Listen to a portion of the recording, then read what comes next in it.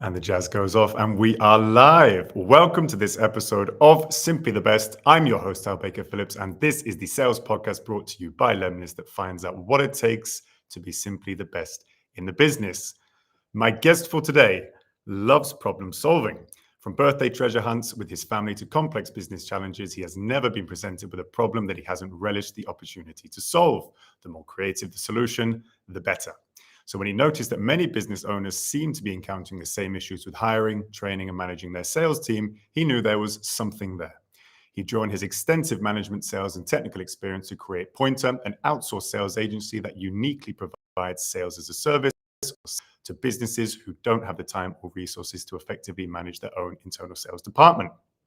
Since founding Pointer, South African-born, he has established himself as one of Australia's sales leaders, partnering with organizations like Startup Vic, Pavilion, and Rev Genius to bring sales knowledge, advice, and new ideas for getting each client's solution or product in front of the business managers who need the most. I'm very happy to introduce my guest, Mr. Ricky Pearl. Ricky, you're coming at us from, down under. How are you, my friend? Right, I'm doing well. I'm going to get you to rewrite all of the copy on my website. That was great. I hope it was delivered well. How has your week been? And try not to make me feel too guilty about the time difference. Week's been an interesting one, right? I think any week in sales is just highs and lows. Yeah, and it's only Wednesday morning, and we've already had a lot of both. Yeah, Wednesday morning where you are. We're going up to Tuesday afternoon, evening where I am. So Ricky very kindly, I should say, stayed up to the early hours where he is to join us. I'm very, very grateful to him for that. Now, let's go straight into it, Ricky.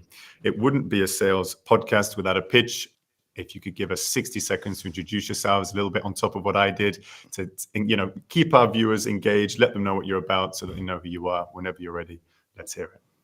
Sure. Well, we're just about helping companies thrive, and ultimately to thrive, they got to increase revenue. That's revenue's the grease that lubricates the tracks for everyone's businesses.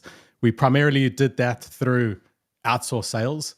We identified that most companies didn't have the leadership in place to manage outbound functions well. It's easy to hire an SDR or a BDR, but to support them and enable them to thrive was a particular challenge. So we helped companies build that outbound as an outsourced agency. Our latest product, though, is completely different. We're now helping and supporting companies building it in-house. So we are shattering the sales recruitment model. We're now offering recruitment for sales reps, but along with the recruitment, that rep gets training 3 days a week for an entire year. So it's less about finding this magical unicorn, but more about supporting talented individuals to really enable them to, achieve the outcomes within their role. So that's us, really. And going well. Really nice. And I have one question off the bat. I don't know whether to ask it now, but I mean, I can't help myself. What was the hardest part about the outbound? You said it was difficult for outbound teams to do outbound, build outbound. In your experience, what was the hardest thing, the biggest challenge that people had when they were creating or trying to do outbound? I think there's such a unique blend between the technical knowledge that you need, the contextual business knowledge that you need, and the practical knowledge that you need. And most companies don't have all of that within their knowledge base, within their skill set in-house. And so they were really set up to fail. Like maybe they had great copywriters, but they didn't understand the technicalities of cold email and they were just landing in spam. Or they had great people that could deliver things technically, but didn't understand the nuance and the strategy of messaging or the various channels and omni-channels. So I think just SDRs in general, founders want meetings. So they think, oh, you know what? Let me hire a seller. But what worked for the founder does not translate to an effective strategy for an SDR, BDR, and companies just can't bridge those gaps.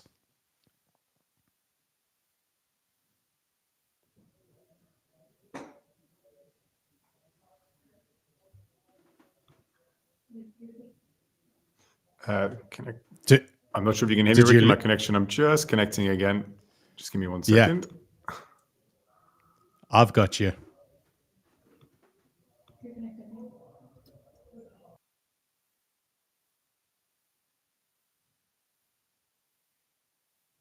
I guess this gives me a little bit longer than 60 seconds to pitch Pointer then, right? And I'm back with you. So yeah, you've already got it right. Sorry There we about go. with a question and then suddenly it went beep. So let's move on to the next topic, Ricky. Let's All go good. with the value section. We'll lead into this. So here, what we like to focus on is value. I know that we sort of mentioned it beforehand, just in the lobby, actually, what we'd like to discuss and a couple of things, but I'd like to have an idea of the 5 things that every viewer can implement today to improve their outbound strategy. If we could start with sort of the 5 points and then we'll dive into each individually, that would be Sure. golden. So I've prepared like 10 points. So we can either go deep or we can go, or we can go superficial. But I wanted to bring up a 5 that were maybe slightly different to the ones that we originally discussed. So the first one at the moment is just how companies are using AI or how individuals are using AI. I think there's so much opportunity and so much potential in how to use it. But the way I've written it here is artificial versus intelligence, just as opposed to artificial intelligence. People are stuffing up so badly by highlighting the artificial. Badly written GPT emails, such obviously, AI generated stuff that it's bad. It's really counterproductive to what you're trying to achieve, which is starting a genuine conversation and a sophisticated conversation. And leading artificially is not the right way to do that. So I want people to start using AI for the intelligence side of it. At the moment, it is incredibly useful for research, for pulling out intent, for summarizing, for finding something relevant to talk to an individual about. But it's not quite there yet to write full emails, maybe to deliver 1 line, 2 lines, for example. We'll get it to scrape a website, determine is it a B2B or B2C, and score that for us. Phenomenal for that. Saves us hours, but stop getting the artificial in the front. The other big thing that's going to be changing, which I want everyone to talk about, is zigzagging, right? There's the written channel. Email, for example, is becoming really complicated at the moment with the new Google and Yahoo announcements, but we all know it's been getting harder and harder for a while. What's going to happen? The real top performers are still going to be able to operate on email because we know how we're going to be able to bypass these, no problem at all. But 90% of the rest of the outbounders are going to think, fuck, I've got to move off email. So they're going to move towards calling primarily. So now everyone's going to be inundated with phone calling. So what's going to happen? Phone calling is going to get congested. You need to find creative ways to be different, to stand out from the crowd. And sometimes that means unique channels. So I think Go ahead, Ricky. Carry on. You're doing beautiful. That's fine. I'm getting a lot of echo though. Carry on as you are. You carry on. We'll sort it out. Okay, you sort it out on your end. So I think that finding unique channel is going to be really important at the moment. Like, stop just looking towards calling. A lot of people might be doing that, but gifting, conferences, like going back to basics, finding creative ways to get hold of people that people aren't using at the moment, WhatsApp, Twitter, or X, whatever we want to call it, those things are coming in. So I've put here like referrals and nearbound. I think 2024, the people who really learn how to maximize referrals, relationships, using tools like Cabal, leveraging partnerships, fellow relationships, whether even if it's an SDR at another organization you're trying to prospect into to get an internal referral, how you leverage referrals is going to be a massive one, I think, for 2024.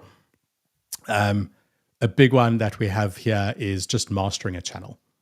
At the moment, 2 years ago, it was okay to just be omni-channel.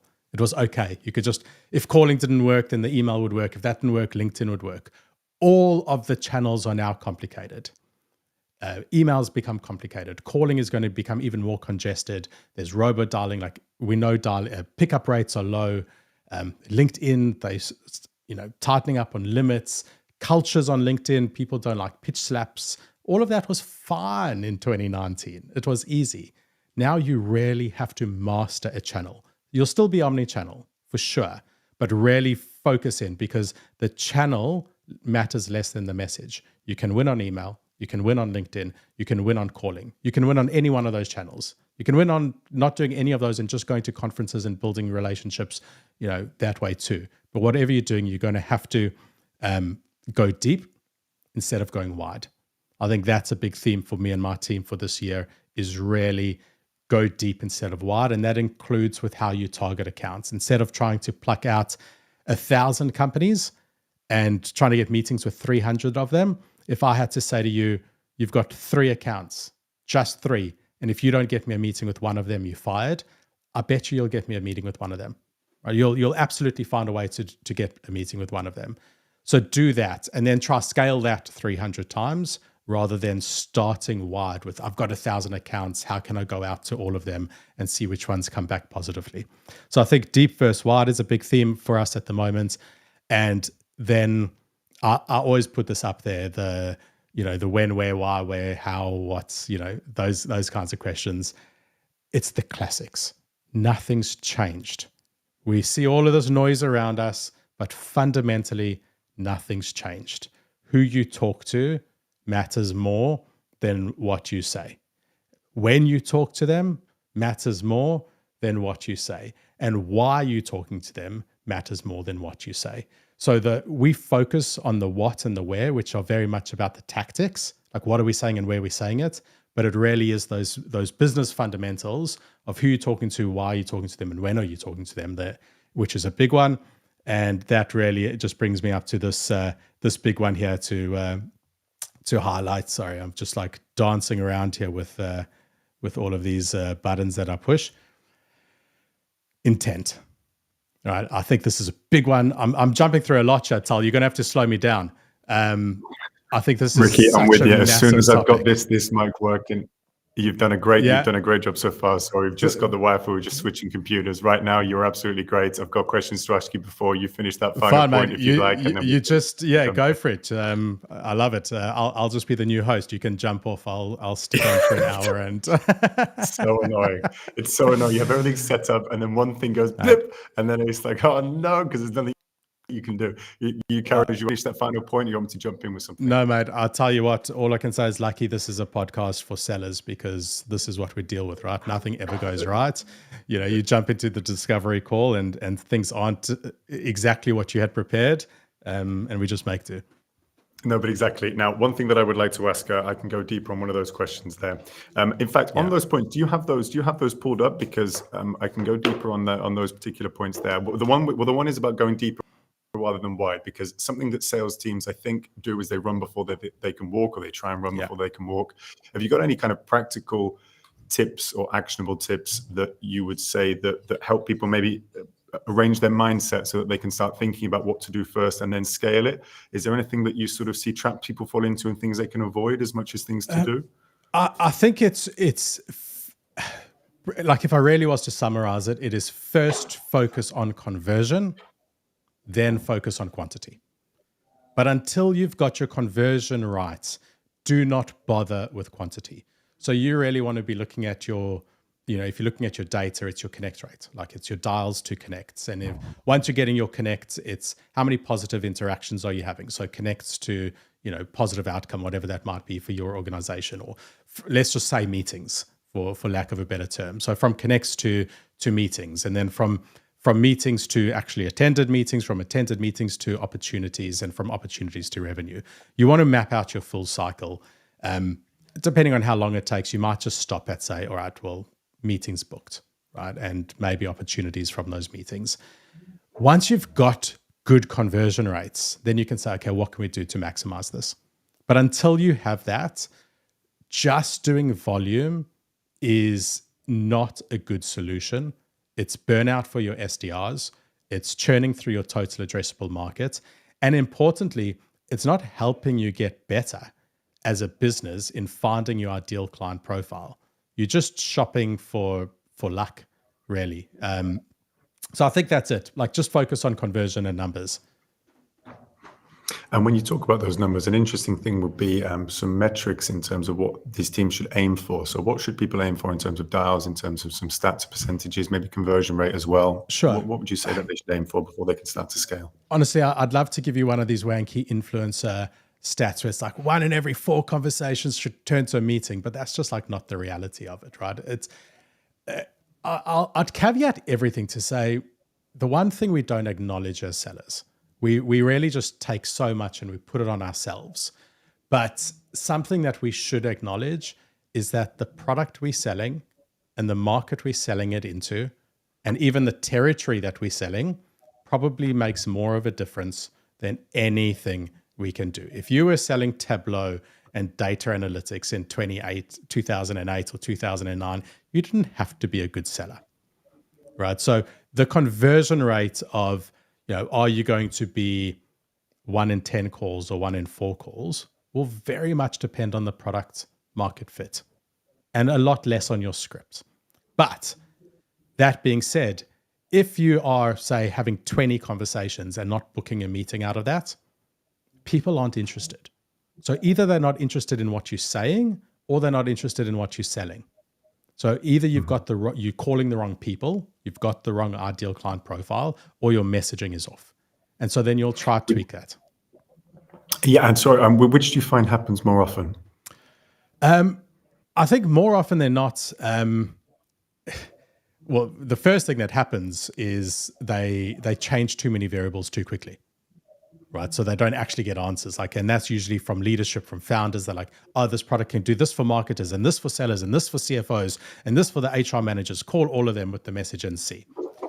We always try to tweak message because typically the product was made with someone in mind, right? It was made with a product in mind and often with a buyer in mind. And we want to find the message that resonates. So we will iterate messaging first. If we cannot win on messaging, and this could also genuinely just involve some research, call up those people and say, hey man, I'm not trying to sell you. This is what we've got here. I want you to tell me why it's not interesting.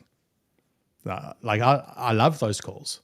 Tell me why this isn't interesting. And I'll say, oh mate, it's just too much hard change management, too much of a mission, not interested. I'm like, okay, change management's the big objection that nobody's talking about. Let's bring that into the messaging.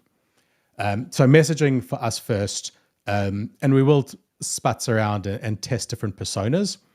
But within the personas, there's also different strategies to test. Are you going to go bottom up? Or are you going to go top down? And when you come to enterprise, where you're not just going after one persona like the CFO, you're calling 5 or 6 different people within the finance function, and you're calling the ops function to try to get horizontal referrals. Again, that's where your messaging might matter more than the persona. So much. Absolutely. But sorry, the big question you asked there was just on stats.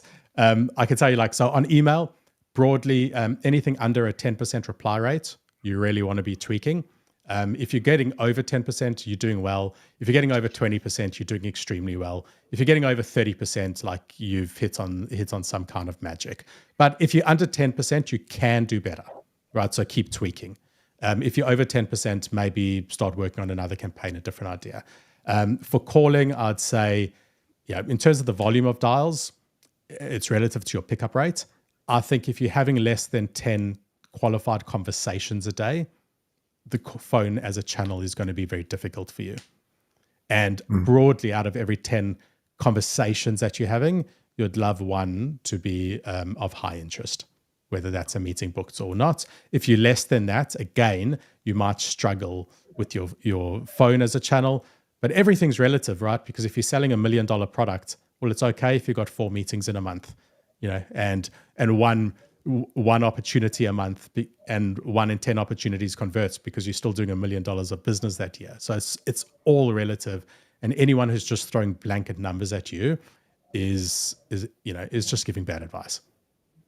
Yeah, that's a good example. Actually, one team I spoke to just sort of anecdotally was selling something like private planes or private jets or private plane shuttle runs. And they were like, listen, Tal, we don't need more than 4, 5, 6 meetings a week. Trust us, because the ASP is so high. Yeah. I said, well, fair enough. And then they were solving deliverability actually in this case, which, was something we solved for. So that was an example where you're absolutely right. Can I touch on another point there as well about the mastering all the channels? How do you have teams master sort of LinkedIn, for example? Because that's a big thing right at the moment, personal branding, visible on LinkedIn. I think even though it can be a buzzword about connections, building connections with people, I think that one thing I like, just a caveat before I actually ask the question, with LinkedIn, you know it's the real person. You know that they've got the message, Yeah. and you know that they are there on the other end of the screen, which I think is so powerful and maybe overlooked quite often as well. It's similar Yeah. to Twitter, maybe a bad example, but it's similar to that, where like you know it's that person, Yeah. verified. How are you sort of looking at teams and helping teams, or how do you vision using channels like that? Mainly LinkedIn is what I'm asking about for the future of kind of prospection. So the way I frame LinkedIn is that something that's so relevant to us in selling, and we forgot when we were doing this BDR motion and these SDR motions where it was just about like a script and a warm body on the end of the phone. But the beauty of LinkedIn is that the messenger matters more than the message.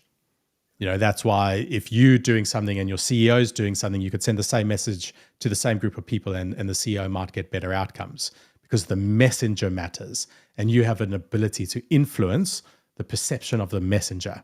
And I love that about LinkedIn, which you can't do on almost any other channel.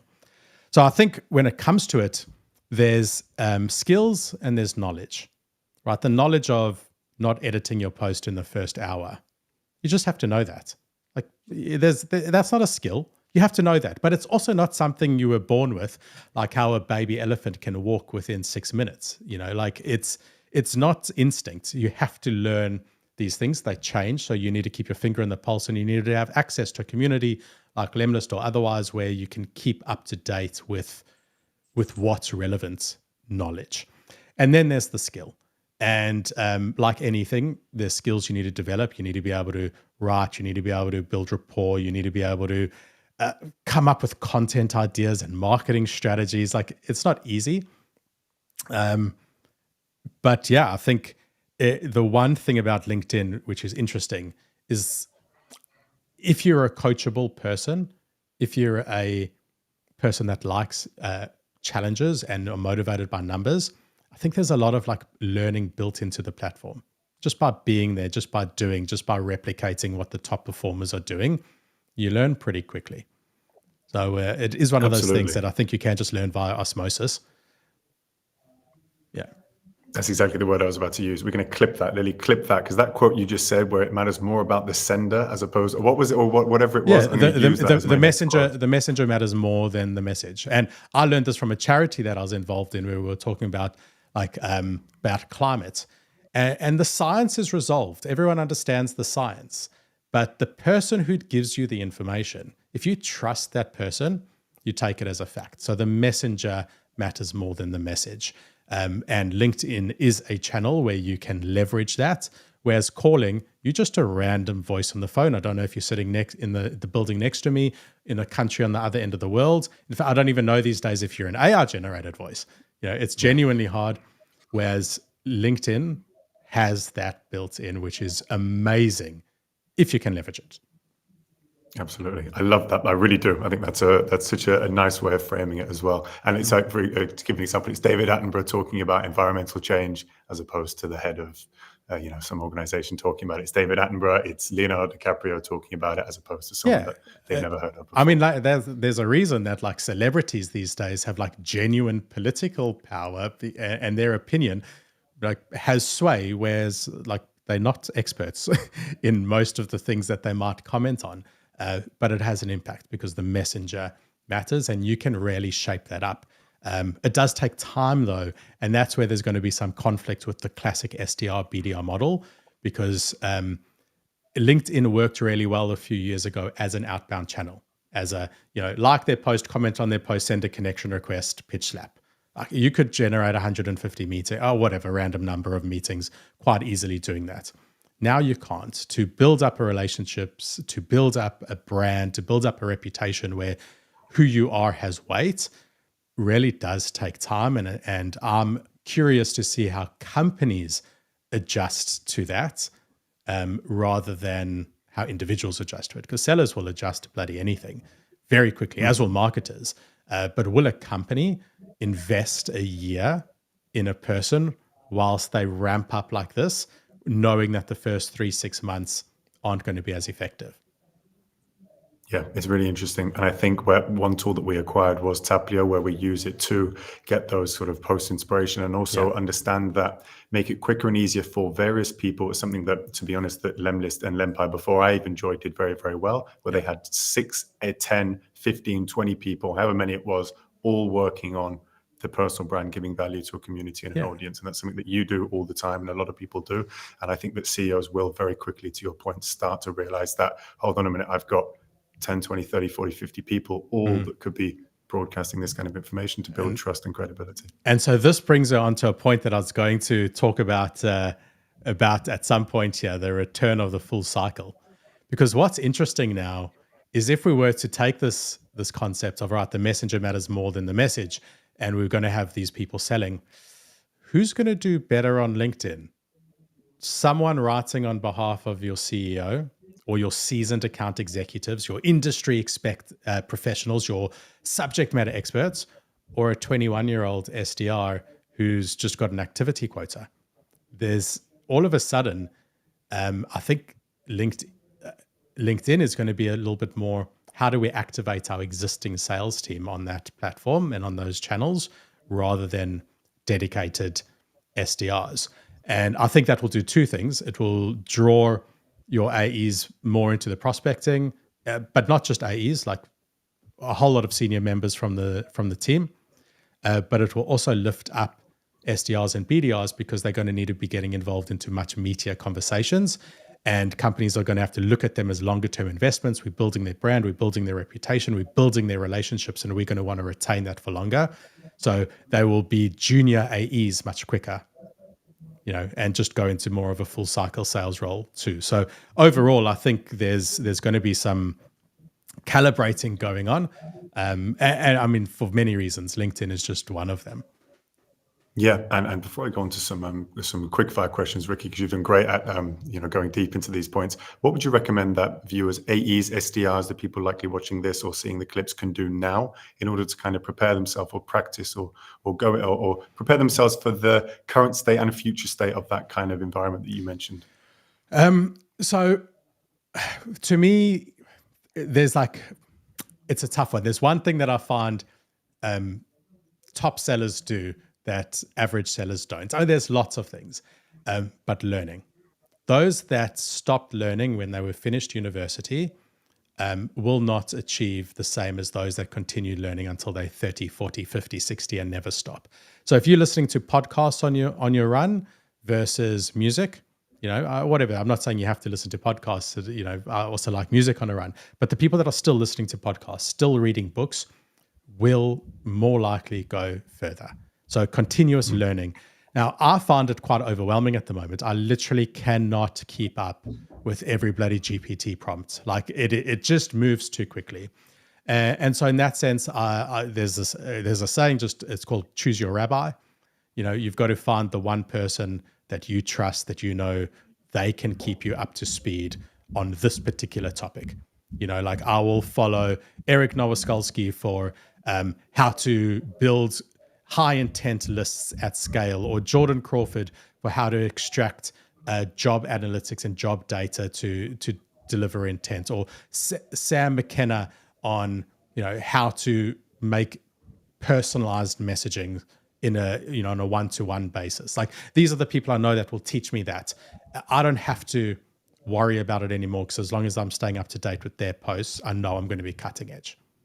So super interesting. So become a thought leader and sort of surround yourself with those that you resonate with the most and continue to learn from them, I guess. Yeah, absolutely. Because there's so much noise out there. There's a lot. If you just find the few people that you can trust to keep you educated, subscribe to their feeds, there is more information out there than ever before. It's one of the interesting things if you log into Taplio and you see one of the really cool features it has around like giving you inspiration for posts, and you'll search, say, BDRs, and you'll look at the posts and you'll go down. You'll be like, this is just like everyone repeating themselves.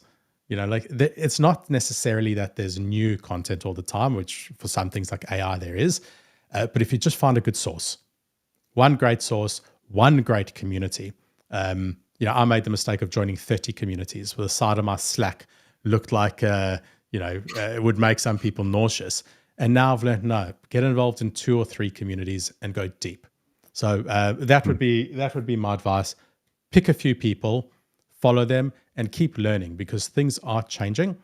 The fundamentals will not change in sales. The human psychology, unfortunately, takes millennia to evolve. So I think if you've got the base skills, you'll always be fine. It's just staying relevant with the technological changes and some of the cultural changes, like what's working right now. I think that point, and then probably deliverability right now is probably the number one thing that's, exploding, and everyone that wasn't talking about it before is talking about it. And there's a lot of people looking in 10 different directions, not sure what to do. And it's a really good point. And people do get overwhelmed. I've had it myself, where they're like, I don't know who to listen to about X stat, cold email open. Like, no one knows what's happening with any of the stats. I think it's a really, really good point. Yeah. Sure. And as an executive, that's a real tough one, right? Because there's so much snake oil out there. Like, who do you trust to help you with email deliverability? You need to fix it. Everyone needs to fix it. Everyone should be looking at it right now.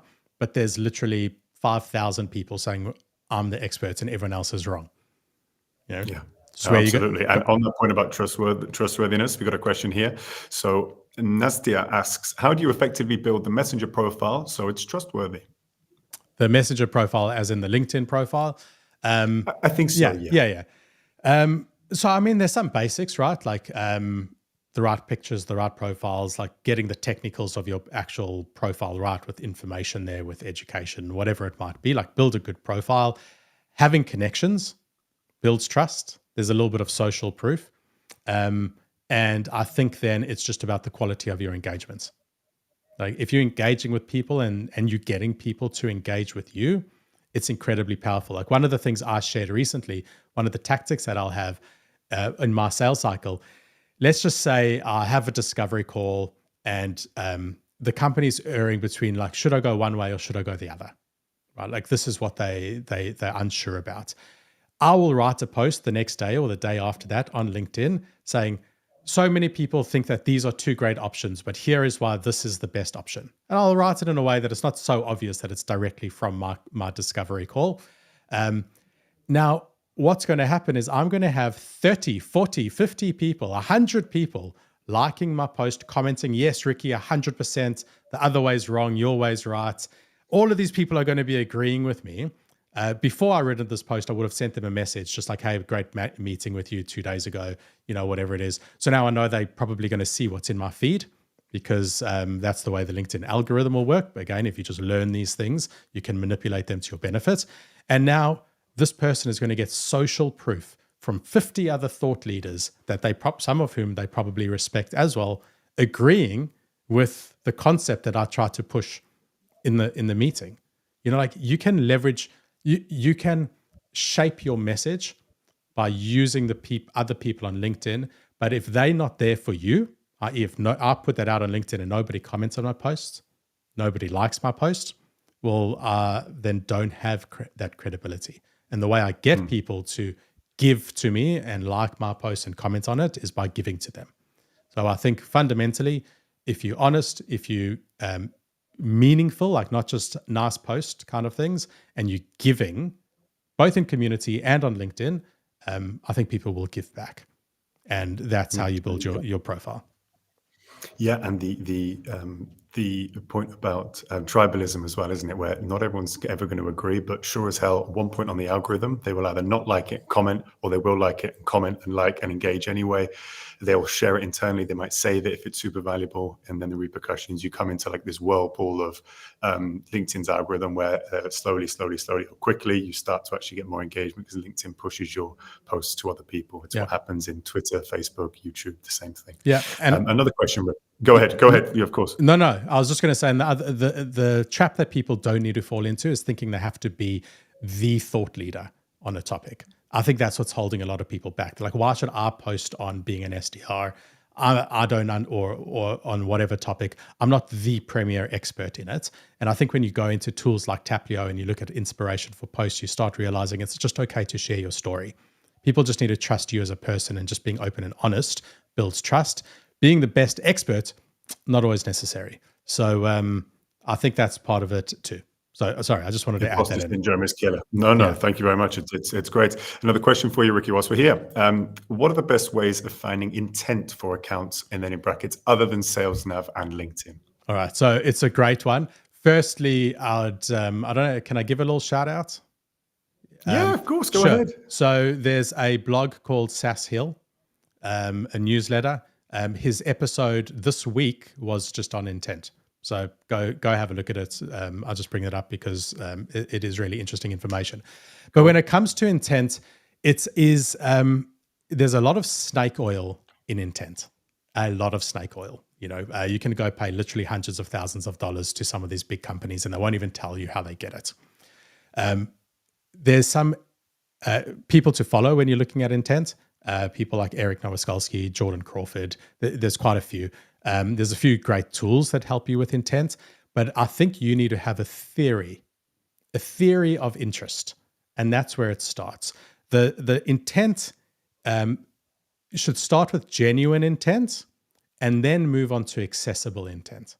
And there's a big difference because everyone's focusing on funding rounds and hiring. And yes, those are indicators of intent, but everyone has those.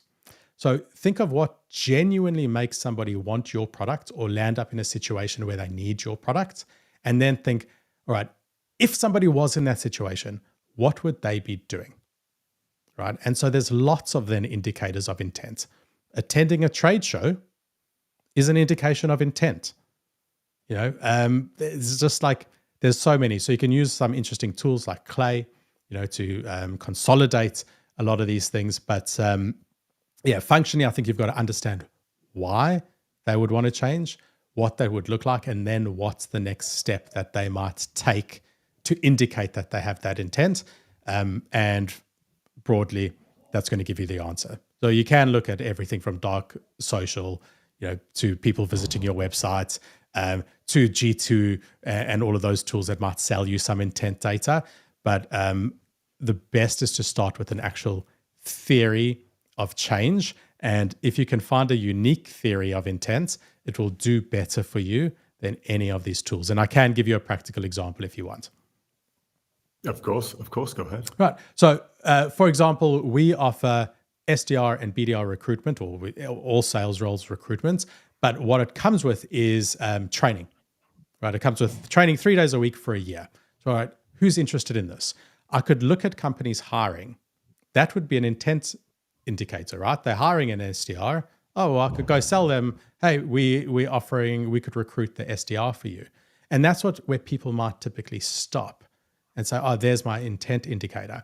But that's very weak intent because I don't know if they have the intent to solve the actual problem that we want to solve, which is alleviating the need for them being sucked down and bogged down in training and elevating their team with all of the skills that they need. So we start with a theory of who has this intent. So if a marketing leader, for example, is hiring the BDR, because often BDRs report to marketing, we might say, all right, this BDR is going to need a lot of sales skills, but they're reporting to a marketing leader. How's this marketing leader going to give them all the sales skills they need? They probably have a higher level of intent and interest in, in using a service like ours. So that's a little example where we'll now scrape the intent. So we'll scrape the job boards, but specifically look for BDRs reporting to marketing because we know based on our theory, they should have a higher level of intent. Right. So I think that's a good place to start. And then you got to look at what's accessible and go look at that blog. It will give you all the tools. Yeah. One more time. What was the blog? SaaS Hill. They've put it up in the comments. SaaShill.beehive.com. And there's tools like Sixth Sense, Bombora. There's a lot of those really good intent tools. And certainly they're excellent when you get up to enterprise. Because in enterprise, you might have 10, 15, 30, up to 100 different people within that massive organization searching for solutions. And they might be able to shape true intent. But Zoom Info and those things, when you're looking at small business, it's much harder to measure intent. And your theory of intent will probably be better. And then use a clever tool like Clay to search, to scrape, to amalgamate a whole lot of different sources to say, based on all of these things that we've put in, we think this might be a high intent company. No, and Eric is someone I know, Eric Novoskalski. I always Yeah, mispronounce his name. Novoskalski. Yeah. But Eric is someone who may be on the podcast sooner rather than later. I'll send him another message, and I think we'll have him on to talk about that. So very nice, thank you. Now, one or two other things, Ricky, with questions here. Hey, any specific practice or resource you'd recommend for ongoing skill improvement in sales? What you were talking about before, something so important to stay ahead of the curve in the sales industry. Thanks. There's a few communities that you can use to practice. And you can jump into those communities. They often have like weekly little calls so you can practice discovery. I think investing in your professional development is really important. So some paid courses might be fine. There's a lot of great individual creators these days offering courses for like $100, $300, $500. Just keep investing in yourself, keep training, keep practicing. Find a mentor as well. I think that's really important, both inside your company, external to your company, and podcasts, books, YouTube videos, and practice, because ultimately sales are contact sport. And so you need to be physically training, reviewing calls, reviewing meetings. All of those are like just absolute fundamentals. So I think just build up a team. Like just imagine this was a sport you want to get good at. All right, what do you do? If you had to ask me that same question and say, I want to get good at tennis, Ricky, what can I do? I'd say, well, find someone who can teach you and spend a lot of time practicing. Go play some tennis. And I've got to say one thing, one of the guests that was already on was, everyone can, of course, go and follow Ricky and go and take a look at some of those resources that he shared. And for myself, I think from Beck Holland, Flip the Script, she's already been on here talking about it. But in her section, she has everything for free. On her written section on her site, it's all for free. It's crazy. I learned so much from her. We consolidated a whole lot of these things on... we made like an ultimate SDR guide, for example. And the reason I didn't mention it is because the question was relevant for AEs, for account managers, for all sales professionals. But we did consolidate a whole lot of this on the ultimate SDR guide. But Flip the Script, I learned so much from Beck Holland when starting Pointer. Like incredible resource, unbelievable resource, and free, just sitting there. You could watch it all this weekend if you wanted to. Like amazing. But the truth is, this blog, there's so many podcasts. Information is not your problem anymore. There is more information loaded on, and quality information loaded onto YouTube on a daily basis than you could watch in your lifetime. So it's about curation, curation, but then also just the effort. Do you have some time in your day to learn? Are you actually listening to your sales calls? That's the discipline. And I think that discipline is one of the hallmarks of professional sellers. Absolutely. Really nicely put. I'd like to ask two more quick ones then, Ricky, then I promise I'll let you go to sleep, because you've done God's work joining me at this time, and I'm super grateful, but I won't keep you for too much longer. Do you have a favorite use of AI that you could maybe share with us? So I mentioned earlier, like people using it for the artificial side as opposed to the intelligent side. My favorite use case at the moment is research. We're using it extensively to scrape lists, analyze what it's scraping, and give us relevant information and relevant insights into that list, which we'll use various tools to consolidate that all to give us a score or determine if it's good or not. And if it is good, it automatically will then use that AI to like give us very specific one words or one lines to make our email really good. So even just things like normalizing company names, Pointer Pty Limited. We'll just say Pointer. Cleaning and that kind of thing. So saying clean it. Scrape, clean. Are they B2B? Are they B2C? Based on their website, who do you think they sell to? What's their primary target market?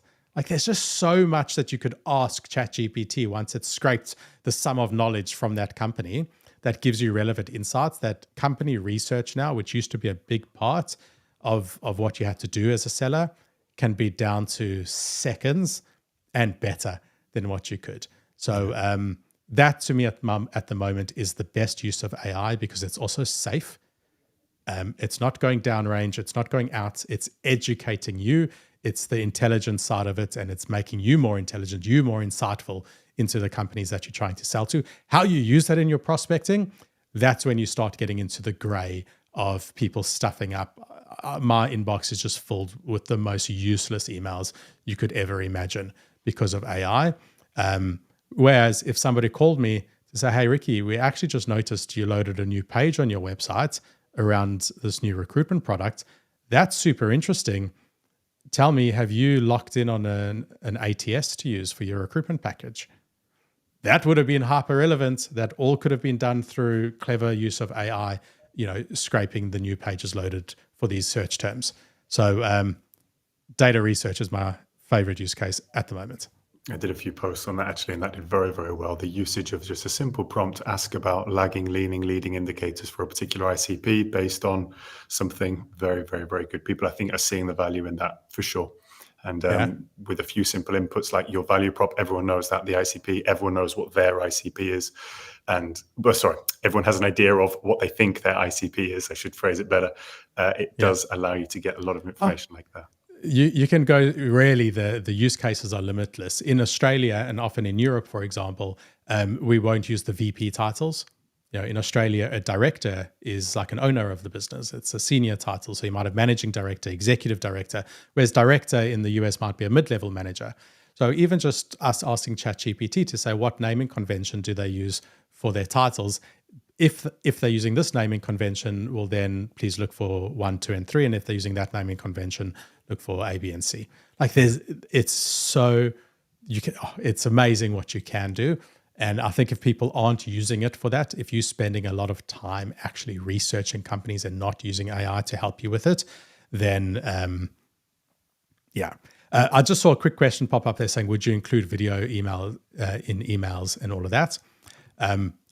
I never used to like videos in cold emails, primarily because of deliverability. So you use it a lot on LinkedIn or maybe, follow-up emails, that kind of stuff. However, with GPT really just overtaking all of the written channels, and it's going to create a lot of noise, I think video is a real way to stand out as being human, right? And I think video is going to make a resurgence. I mean, it never really went away, but I think it's going to become even more relevant. I think so. And it's like, for me, the example that I liken it to is receiving a handwritten letter and receiving like a printed out postcard or something from an automated postcard that's written in ink, basically, as opposed to something that's handwritten, sealed, and you see that. A video, you cannot right now duplicate that well enough. And even so, within, I'd say, even 4 or 5 years, it's going to be tough to replicate someone that looks exactly like a real video that's been done, So that level of authenticity is hard. And I would just say, don't fall into the traps of these tools. You just change the name and you can send out 1,000 automated videos. You record it once and then it will change the name and change the company name. Don't do that. People's bullshit meters are so accurate. So accurate. I challenge anyone to send me one of those like 1 of 1,000, and I'll tell you if it was sent specifically to me or not. Yeah. That's a good example of like, go deep instead of wide. Be specific, be meaningful, master a channel. It takes a minute to just send an actual personalized video. Make it personalized. Don't make it perfect. Make it personalized. It does. The promo for this episode, even a little mistakes. I did a little video and I thought, what? I'm not going to cut that. I'm just going to leave it in. People at least see that it's really me doing it. It's really going to happen. I thought, why not change it up? Not to talk about myself, but I thought that's just quite an interesting way of doing it. And I love that. Yeah. So what was my last point? I'd like one more, Ricky, then I promise this is my last one, a very quick one before we summarize. Your top controversial opinion, because you're so, you're very complimentary of other people. You're very down to earth. I think you're very direct in the way that you sort of talk about other people's, communities, the knowledge that people have. Eric, you mentioned a few times, other people, Beck. So what is your controversial opinion? What's the main thing? My controversial opinion is that SDRs and BDRs do not fail. Companies fail SDRs. If you look at, other than a lack of effort or an inability to learn, other than those two things, almost everything else that impacts whether an SDR succeeds or fails is the company's responsibility. Is the equipment there? Is the tools there? Are the technicals there? Is the messaging working? Is the product interesting to the market? All of those things. If it's not working, the only thing the SDR could do is maybe put in a bit more effort, but really that's it. So SDRs in my world can't fail. Companies can only fail the SDR. Bingo. And on that point, I think we can end. Ricky, I'd like to have 30 seconds where you can talk about anything you like, any project, promote something you're working on, promote something else. Is there anything that you'd like to give 30 seconds on before we end? No, two little quick things. One, if you are listening to this, connect with me on LinkedIn. I'd love to get some feedback on how, we'll carry on the conversation just in a DM. Separately, with this new product that we're launching, this new service of the Recruit and Train, where we're going to train people for a year post-placement, I really need a lot of feedback on it. We think it's pretty revolutionary. So we've got a web page like pointerstrategy.com.au/recruitment or recruiting. It's there on the website. I genuinely want feedback, but do not send me feedback if it's positive. I just want ways that we could improve the messaging. So if anyone's listening to this, please go check it out and tell me where our messaging is missing the mark, so that we can get closer to the right answer. Beautiful. Ricky, I really enjoyed it. Thank you so much for the effort, for the time. I would double down on that. And speaking of communities, before I forget, and Lily tells me off, we of course have our own community. It's the Outbound Hub. If you do like the kind of tips that Ricky's mentioned, if you want to add just one more, Slack community on the left-hand side of your screen, we do have our own. It's where I'm there. I do have a weekly open hours. I have a weekly sort of AMA. We have lots of different voices talking about different topics, tips, sales tricks, exactly like the things that Ricky has gone through. So do join us there.